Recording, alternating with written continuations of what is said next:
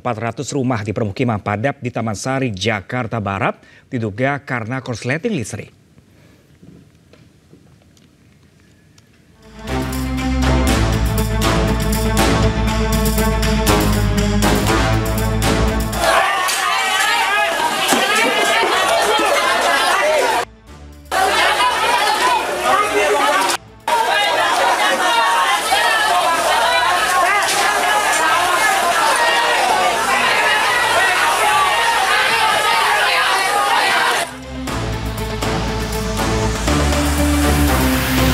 Kobaran api melalap habis 400 rumah di permukiman padat di Jalan Gang Langgar, Taman Sari, Jakarta Barat.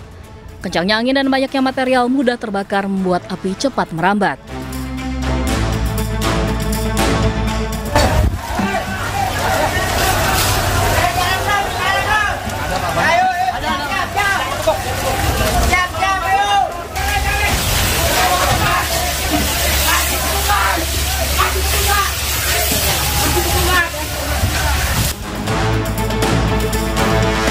Sepuluh jam petugas berusaha memadamkan kobaran api agar tidak meluas.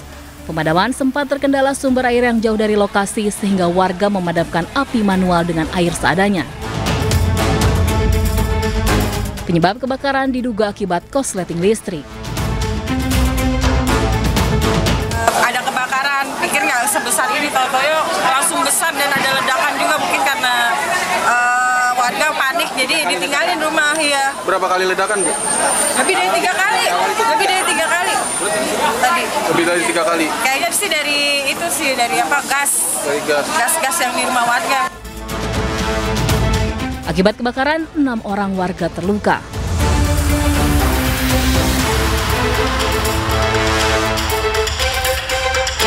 ...225 warga kehilangan tempat tinggal dan kini terpaksa mengungsi di masjid dan kantor kelurahan Tangki.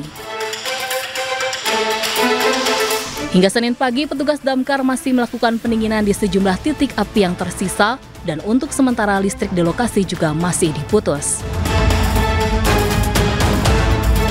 Tim Liputan iNews melaporkan. Ya, pemirsa, saat ini sebanyak 235 orang warga mengungsi di masjid dan juga kantor kelurahan. Untuk mengetahui kondisi terkini dari lokasi kebakaran, pemirsa, kita terhubung dengan Hadisti Arifah langsung dari lokasi. Ya, selamat siang Hadisti, bagaimana kondisi terkini pasca kebakaran kemarin?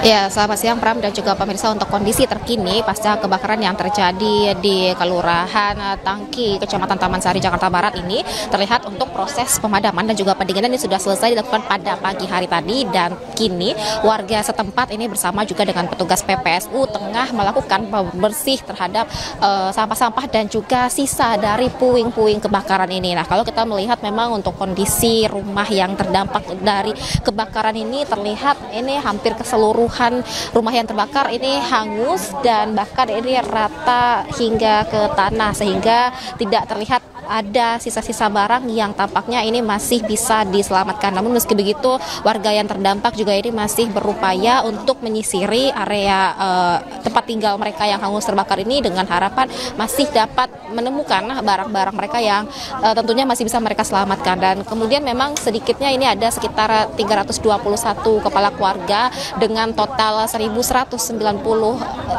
maksud kami korban yang terdampak dari kebakaran ini. Kalau untuk korban jiwa ini memang tidak ada, namun untuk korban luka ini terdata sebanyak 7 orang. Dan kemudian juga warga yang terdampak ini memang sudah mengungsi baik itu ke rumah keluarga atau rumah kerabat. Kemudian juga sudah didirikan posko pengungsian darurat berupa posko pengungsian yang didirikan tak jauh dari lokasi kejadian. Kemudian juga digunakan kantor kelurahan pun juga dengan masjid terdekat di sekitar. Namun tentunya juga suasana duka ini masih menyelimuti warga yang terdampak, meskipun untuk jumlah bantuan ini memang sudah disalurkan sejak dari pagi tadi, baik itu bantuan kebutuhan dasar seperti makanan, minuman, kebutuhan dasar seperti pakaian, perlengkapan mandi dan juga kebutuhan anak-anak.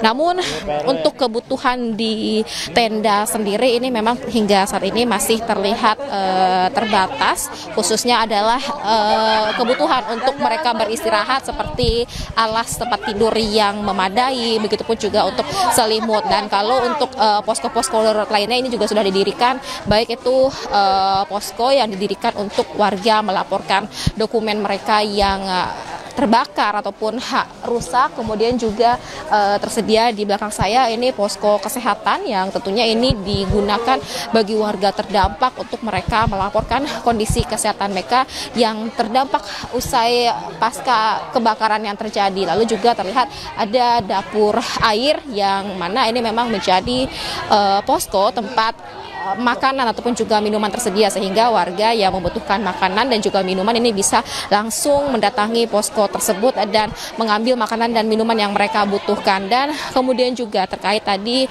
pihak-pihak yang sudah datang, memang tadi ada beberapa, baik itu Kapolsek Taman Sari sendiri, kemudian juga ada anggota DPRD Kevin Wu, dan tentunya juga dari Dinas Sosial dan dari BPBD setempat. Ram. Baik, Hadisti Arifah melaporkan langsung dari Taman Sari, Jakarta Barat. Terima kasih dan selamat bertugas kembali, Hadisti.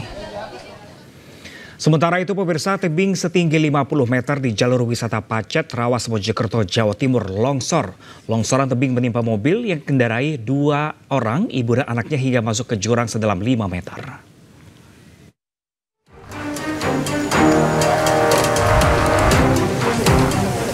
Beginilah kondisi longsor di jalur Kecamatan Pacet menuju Kecamatan Rawas, Kabupaten Mojokerto, Jawa Timur. Tebing setinggi 50 meter longsor dan menutup akses jalan wisata.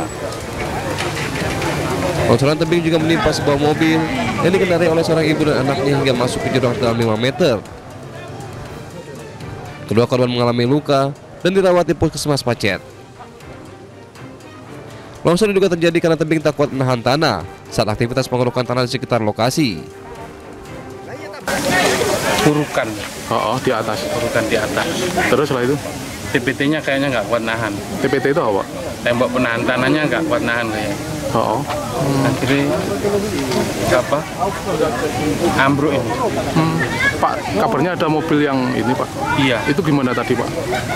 Ada satu mobil yang kena reruntuhan ini. Akhirnya sama pengemudi keseneleng belakang. Panik ya, dia panik. Akhirnya mobilnya masuk jurang. Alhamdulillah nggak ada korban. Akibat longsor, akses jalur wisata Pacet Rawas tertutup, sementara petugas menunggu alat berat untuk mengevakuasi material longsor. Dari Kabupaten Mojokerto, Jawa Timur, Solahuddin, iNews melaporkan. Sementara itu, pemirsa, bangunan pondok pesantren di Pandeglang, Banten hancur tertimpa tembok sepanjang 12 meter. Tembok ambruk diduga karena tidak kuat menahan guyuran hujan deras.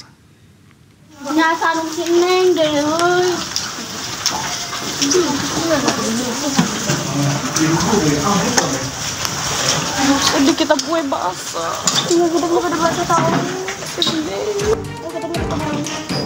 Beginilah kondisi pondok pesantren Riyadul Mubtadiin di Kampung Cidahu Nyomplong, Desa Tanagara, Kabupaten Pandeglang, Banten, yang hancur akibat tertimpa tembok penahan tanah. Peristiwa terjadi saat hujan deras mengguyur lokasi. Diduga tak kuat, tembok sepanjang 12 meter ambruk hingga menimpa dan menghancurkan bangunan ponpes. Beruntung tidak ada korban jiwa dalam peristiwa ini. Betul, terjadi TPT roboh, ambruk yang menyebabkan satu bangunan majelis jebol. Itu akibat apa sih? Disebabkan oleh curah hujan yang sangat lebat. Jadi TPT tersebut tidak mampu menahan derasnya air, tidak ada serapan. Panjang itu kurang lebih 12 meter dengan ketinggian 3 meter. BPBD Pandeglang mengimbau warga untuk selalu waspada lantaran curah hujan yang tinggi masih melanda wilayah Pandeglang, terlebih di sore hari. Dari Pandeglang, Banten, Iskandar Nasution, iNews melaporkan. Kita ke informasi selanjutnya, pemirsa. Gunung Lewotobi laki-laki kembali erupsi pagi ini dengan tinggi kolom abu mencapai 1.500 meter disertai dentuman. Warga terdampak hujan abu gunung diimbau selalu menggunakan masker untuk menghindari bahaya abu vulkanik.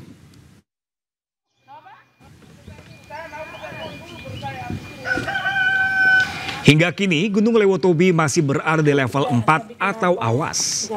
Masyarakat di sekitar Gunung Lewotobi laki-laki dan wisatawan diminta tidak melakukan aktivitas apapun dalam radius 6 km dari pusat erupsi Gunung Lewotobi laki-laki. Hingga kini aktivitas Gunung Lewotobi masih dalam kondisi fluktuatif. Warga di sekitar Gunung Lewotobi laki-laki juga diminta mewaspadai potensi banjir lahar hujan, terutama di daerah Duli Pali, Padang Pasir, Nobo, Nurabelen hingga Nawakote.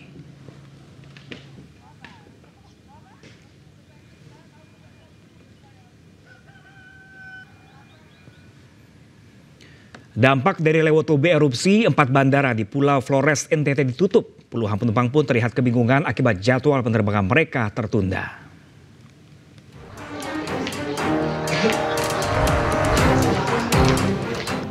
Sejumlah penumpang pesawat di bandara di NTT terlihat bingung. Mereka baru saja mendapatkan kabar bahwa Gunung Lewotobi laki-laki di Flores Timur Minggu pagi kembali erupsi. Kolom abu setinggi 1.200 meter mengakibatkan abu vulkanik menutupi area penerbangan pesawat komersil. Alhasil, 4 penerbangan di Bandara Franseda Maumere ditutup.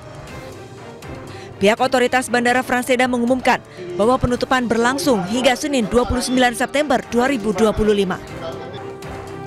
Penerbangan yang ditutup yaitu rute Maumere-Kupang, Kupang-Maumere. Selain Bandara Franseda, bandara yang ditutup diantaranya ada Bandara NDH Hasan Arubusman, Bandara Larantuka, Bandara Gewayantana Larantuka, dan Bandara Lewo-Lebal Wupito. Hingga saat ini, erupsi Gunung Lewotobi laki-laki masih saja terjadi. Warga diminta waspada.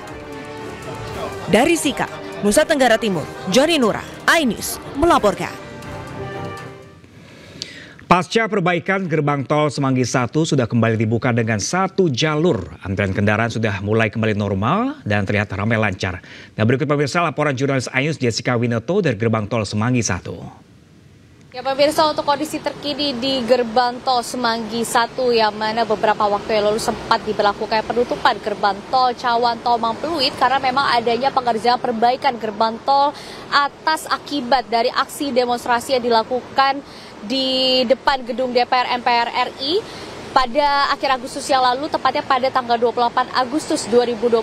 Saat ini sudah mulai kembali normal. Karena memang seperti kami melihat juga di sini pun bahwa pemirsa baru ada 1 gerbang atau 1 jalur yang dibuka sehingga memang untuk antrian kendaraan ini sudah mulai normal kembali atau ramai lancar. Sehingga tidak ada kepadatan kendaraan seperti hari-hari sebelumnya. Karena memang informasinya bahwa penutupan gerbang tol ini telah dilakukan sejak tanggal 27 September 2025. Dan selain dari gerbang tol Semanggi 1 yang terdampak juga ada pun gerbang tol lainnya yaitu gerbang tol Semanggi 2, lalu juga ada gerbang tol Selipi 1 dan 2 dan juga gerbang tol Kuningan 1. Dan untuk saat ini pun kondisi lalu lintas di area gerbang tol Semanggi 1 ini sudah ramai lancar.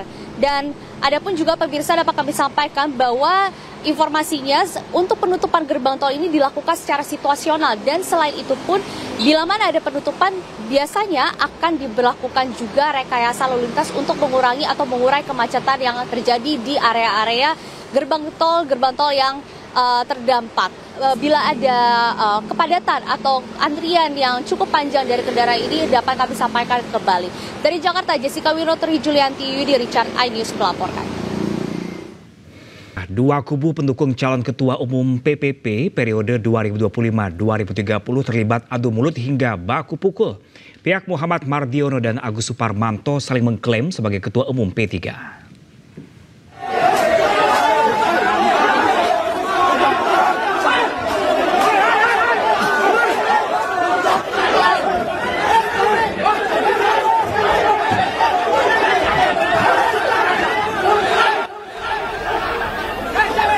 Pembukaan Muktamar ke-10 Partai Persatuan Pembangunan P3 di Ancol, Jakarta Utara berlangsung ricuh.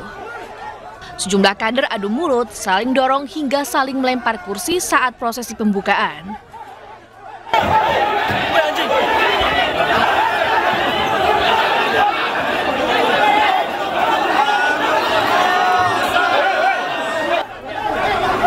Momen itu terjadi ketika muktamar resmi dibuka oleh pelaksana tugas Ketua Umum P3 Muhammad Mardiono. Dua belah pihak kader terlibat perkelahian hingga sejumlah kader terluka. Satu pihak meneriakan perubahan dan pihak lain membalas dengan lanjutkan.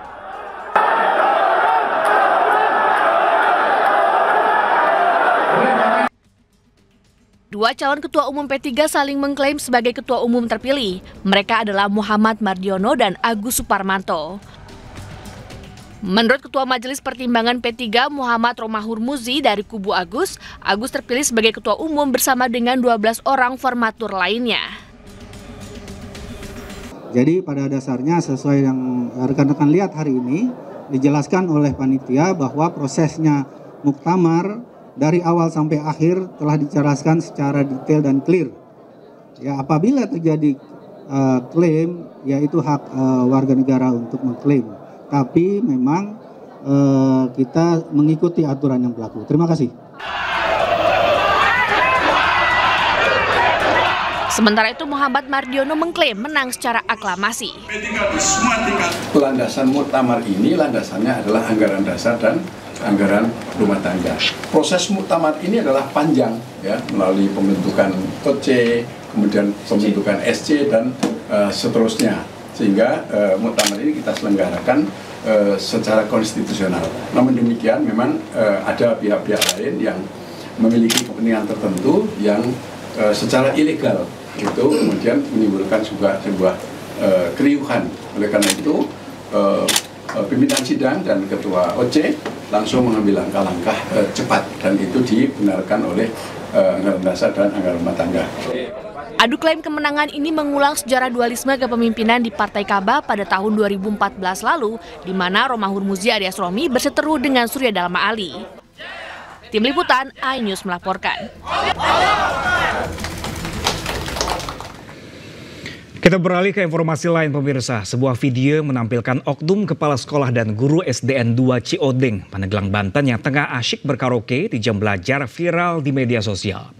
Oknum Kapsek dan guru tersebut berkaraoke diduga menggunakan Smart TV bantuan dari pemerintah.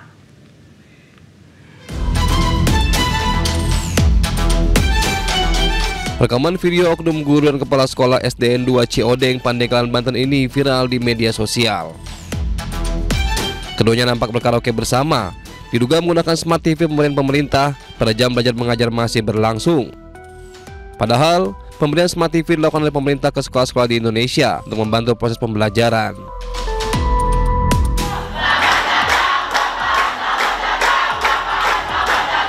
Presiden Prabowo Subianto menargetkan pemberian Smart TV untuk 330.000 sekolah di Indonesia pada tahun ini. Sekarang pun kita sudah sebarkan, tapi baru mampu satu sekolah, satu layar digital pintar, istilahnya smart digital screen, smart tadi baru mampu satu sekolah satu. Tapi berarti tahun ini kita harapkan 330.000 sekolah akan dapat. Saat ini Smart TV sudah mulai diberikan ke sekolah-sekolah di Indonesia, sementara total sekolah di seluruh Indonesia sekitar 450.000.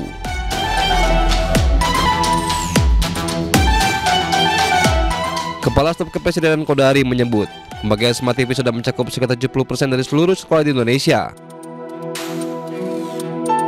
Tujuannya untuk memberikan materi ajar dengan kualitas merata di Indonesia. Tim Liputan iNews melaporkan. Sementara itu pemirsa, Presiden Prabowo Subianto memanggil sejumlah menteri ke kediamannya di Kertanegara, Jakarta Selatan. Para menteri dikumpulkan berkaitan dengan program makan bergizi gratis yang tengah jadi sorotan lantaran banyak kasus keracunan.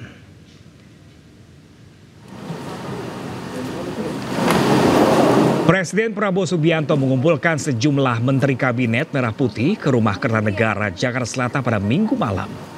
Pemanggilan dilakukan untuk memantau perkembangan sejumlah program unggulan. Mulai dari swasembada pangan, Koperasi Merah Putih hingga evaluasi penanganan kasus keracunan makan bergizi gratis. Salah satu yang dilaporkan dari hasil rapat perbaikan program itu adalah terkait tata kelola MBG. Prabowo juga disebut memberikan petunjuk detail untuk perbaikan program tersebut dan menegaskan bahwa keselamatan anak-anak menjadi prioritas utama.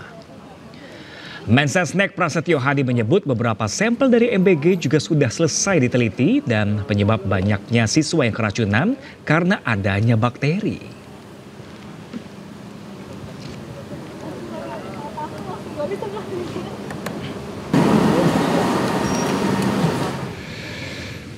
Pemerintah menutup sementara dapur penyedia makan bergizi gratis bermasalah dan sebabkan keracunan pelajar. Investigasi juga akan dilakukan untuk mencari penyebab keracunan makanan tersebut.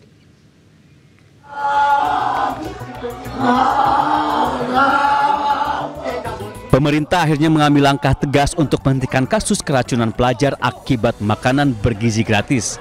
Menteri Koordinator Bidang Pangan Zulkifli Hasan mengatakan pemerintah akan memperbaiki tata kelola di bidang gizi nasional, salah satunya menutup dapur MBG yang bermasalah serta melakukan evaluasi. Pertama, SPPG yang bermasalah ditutup untuk sementara, dilakukan evaluasi dan investigasi. Jadi yang pertama tutup sementara, dilakukan evaluasi dan investigasi. Salah satu evaluasi yang utama adalah mengenai kedisiplinan, kualitas, kemampuan juru masak tidak hanya di tempat yang terjadi, tapi di seluruh SPPG. Desakan untuk menghentikan sementara atau moratorium program MBG sudah disuarakan masyarakat dan berbagai lembaga sivil. Moratorium dilakukan agar pemerintah bisa melakukan evaluasi total. Kami sangat mendorong kepada pemerintah agar mengevaluasi total terhadap program ini, bahkan kalau diperlukan adalah melakukan moratorium atau penghentian sementara untuk kemudian mengevaluasi terhadap keseluruhan apa yang dilaksanakan itu, terutama dari perspektif dapur, karena semua itu berasal dari dapur yang tidak higienis dan tidak tersertifikasi. Sejak diluncurkan 1 Januari hingga 14 September 2025, Jaringan Pemantau Indonesia mencatat sudah 6.452 siswa di 17 provinsi menjadi korban keracunan akibat MBG. Untuk itu perlu dilakukan langkah cepat demi menanggulangi masalah ini. Tim Liputan iNews melaporkan. Badan Gizi Nasional membuka saluran layanan pengaduan untuk pelaksanaan program makan bergizi gratis. Warga pun dapat menghubungi 2 nomor resmi dari layanan aduan tersebut.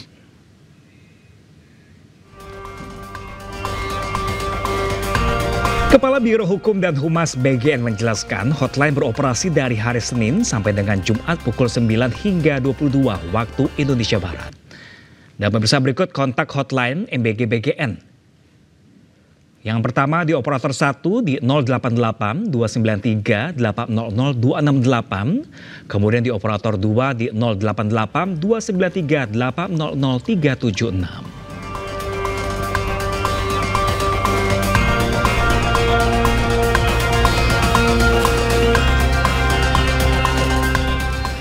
Kerangka manusia ditemukan di lahan kosong di Tangerang, Banten. Di lokasi juga ditemukan kain kafan.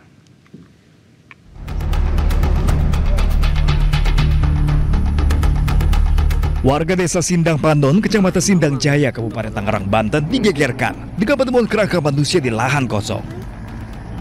Pada saat ditemukan, kerangka manusia berserakan beserta kain kafan yang sudah lusuh. Menurut warga, kerangka manusia ini pertama kali ditemukan oleh anak-anak yang sedang bermain. Mereka pun kemudian melaporkan ke warga sekitar. Anak-anak mentang layangan, terus katanya banyak kain kafan sama tulang pada berantakan katanya. Terus sama anak-anak dimasukin ke TikTok.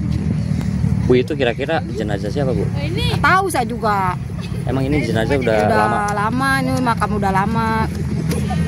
Emang di sini tempat pemakaman atau gimana, Bu? Iya, makam keluarga. Oh, makam keluarga. Tahu keluarganya siapa? Nggak tahu keluarga saya dari sono. Udah dari lama berarti, Bu, ini? Udah lama.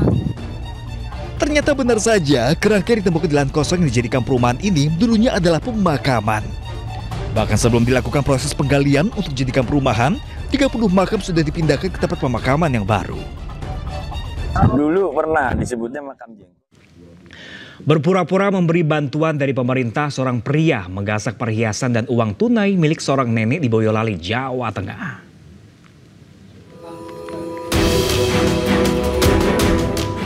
Kamera pengawas merekam pelaku penipuan memperdaya lansia di rumah korban di Kecamatan Cepogo, Kabupaten Boyolali, Jawa Tengah. Berdalih memberikan bantuan pemerintah, pelaku meminta korban melepaskan perhiasan berupa cincin saat akan difoto dan menaruhnya di meja agar terlihat tidak mampu. Pelaku juga meminta korban difoto sambil memegang buku rekening dan uangnya sendiri seolah-olah korban telah menerima bantuan. Saat korban membuatkan minum, pelaku langsung membawa kabur perhiasan cincin dan uang korban. Akibat kejadian tersebut, korban kehilangan 2 cincin emas masing-masing 4 gram dan 5 gram, serta uang tunai Rp700.000 hilang dengan total kerugian puluhan juta rupiah. Mengaku sebagai utusan dari Desa Ngedangan. Adapun keperluannya disampaikan bahwa dia akan memberikan bantuan kepada Mbah Welas Karto tersebut. Namun sebelum pelaku memberikan bantuan, dia meminta Mbah Welas Karto ini untuk melepas cincin yang dipakainya dan menaruhnya di meja agar tidak kelihatan seperti orang kaya. Polisi masih lakukan penyelidikan dan memburu pelaku. Kasus ini menjadi pelajaran agar masyarakat lebih waspada dan tidak mudah percaya kepada orang tak dikenal yang mengaku membawa bantuan pemerintah. Dari Boyolali, Jawa Tengah, Tata Rahmanta, iNews melaporkan. Hampir 2 pekan hilang, bocah berusia 10 tahun di Tangerang, Banten diduga diculik oleh badut jalanan. Korban terakhir terlihat di dekat mal di Jalan Daan Mogot.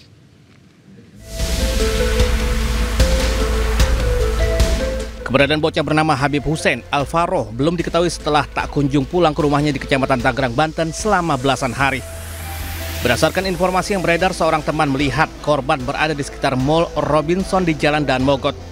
Sebelumnya Habib Hussein Alvaro berusia 10 tahun izin keluar ke rumah kepada orang tua angkatnya untuk menginap di rumah ayah kandungnya. Namun sampai saat ini Habib Hussein Alvaro belum ditemukan. Orang tua menduga anaknya dibawa kabur badut jalanan. Jadi saya nanya ke bapaknya, Jul, anaknya di mana? Nggak ada, Mbak, kata begitu. Udah begitu. Jadi kalau saya mah khawatir, takut kemana. Nanya ke teman-temannya, katanya sama badut gitu. Orang tua angkat korban pun melaporkan kejadian ini ke aparat kepolisian dan berharap anak tersebut bisa segera ditemukan. Dari Tangerang, Banten, Sukron, iNews melaporkan. Ya, pemirsa, mediasi gugatan ijazah Wakil Presiden RI Gibran Rakebuming Raka ditunda. Hal ini karena Gibran sebagai tergugat 1 dan KPU selaku tergugat 2 tidak hadir secara langsung.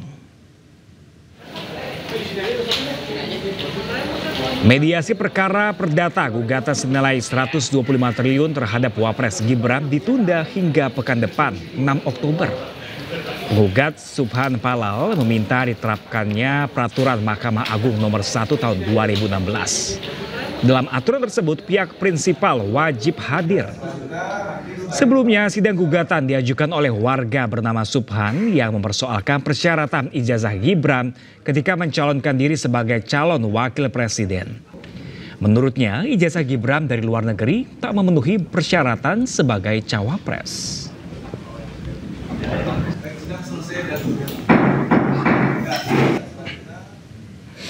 Kita beralih ke informasi lain, pemirsa. Super Brands Indonesia kembali memberikan apresiasi kepada 58 produk terkemuka di Indonesia. Apresiasi diberikan langsung kepada produsen yang konsisten menjaga produknya.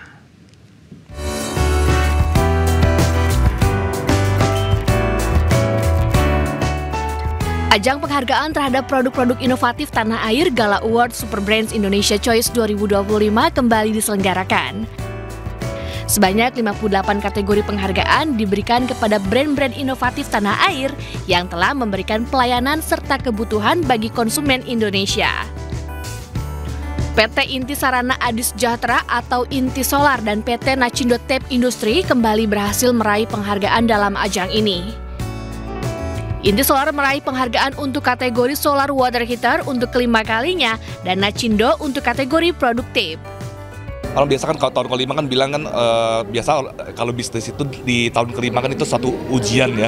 Kalau e-bisnis kan kami memang selalu baik ya Pak ya. Kalau misalkan ini tahun kelima kami mendapatkan Super Brand 5 tahun berturut-turut buat kami adalah kedewasaan brand kami di dalam market Indonesia. Jadi kedewasaan untuk suatu brand yang sustainable dan memang disukai atau memang digemari oleh penduduk masyarakat Indonesia.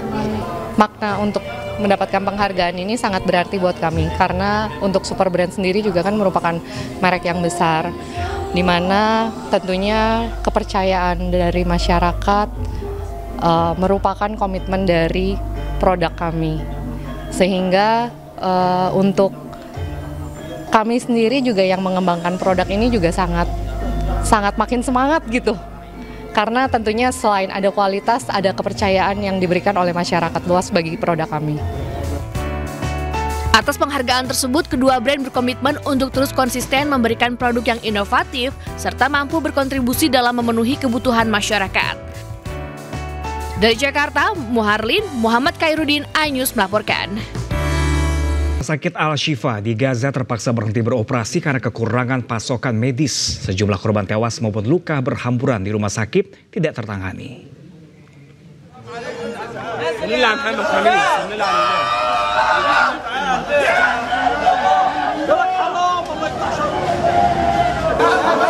Jenazah 5 warga Palestina dan sejumlah besar korban luka dibawa ke kompleks medis Al-Shifa di kota Gaza pada hari Sabtu di tengah operasi militer Israel yang terus berlanjut. Tercatat setidaknya 51 orang telah tewas akibat serangan Israel sejak Sabtu pagi. Rekaman menunjukkan warga berduka atas kematian korban, sementara para pemuda dan anak-anak yang terluka terbaring di ranjang rumah sakit. Namun mereka tidak mendapatkan penanganan sebab rumah sakit Al-Shifa telah terpaksa berhenti beroperasi karena kekurangan pasokan medis. Nampak pula gedung bedah rumah sakit Al-Shifa yang hancur akibat serangan Israel, serta beberapa bagian rumah sakit yang dibiarkan kosong karena kurangnya pasokan medis. Sementara Kementerian Kesehatan Gaza mengumumkan bahwa 20 rumah sakit telah dipaksa berhenti beroperasi di wilayah utara Gaza. Sementara yang lain terus beroperasi di bawah ancaman. فيها دواء ولا فيها علاج وانا بستنى اولاد اخويا يطيبوا عشان اوديهم على الجنوب بطلع فيهم اولاد اخويا هذا وبنت اخويا هذا كمان في العنايه ايش بدي اسوي والحمد لله لا فيها علاج ولا فيها اكامول ولا لفاف فيش فيها شيء خايفين اليهود يخشوا المستشفى alhamdulillah Allah yafriz alaina ya Rabb. Warga Gaza pun merasa ketakutan atas serangan Israel yang bertubi-tubi.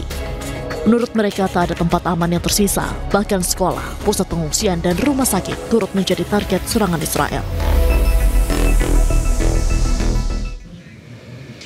PBB akhirnya mengakui kemerdekaan Palestina melalui deklarasi New York. Dari 193 negara anggota Badan Dunia tersebut, 142 negara menyetujui Palestina merdeka.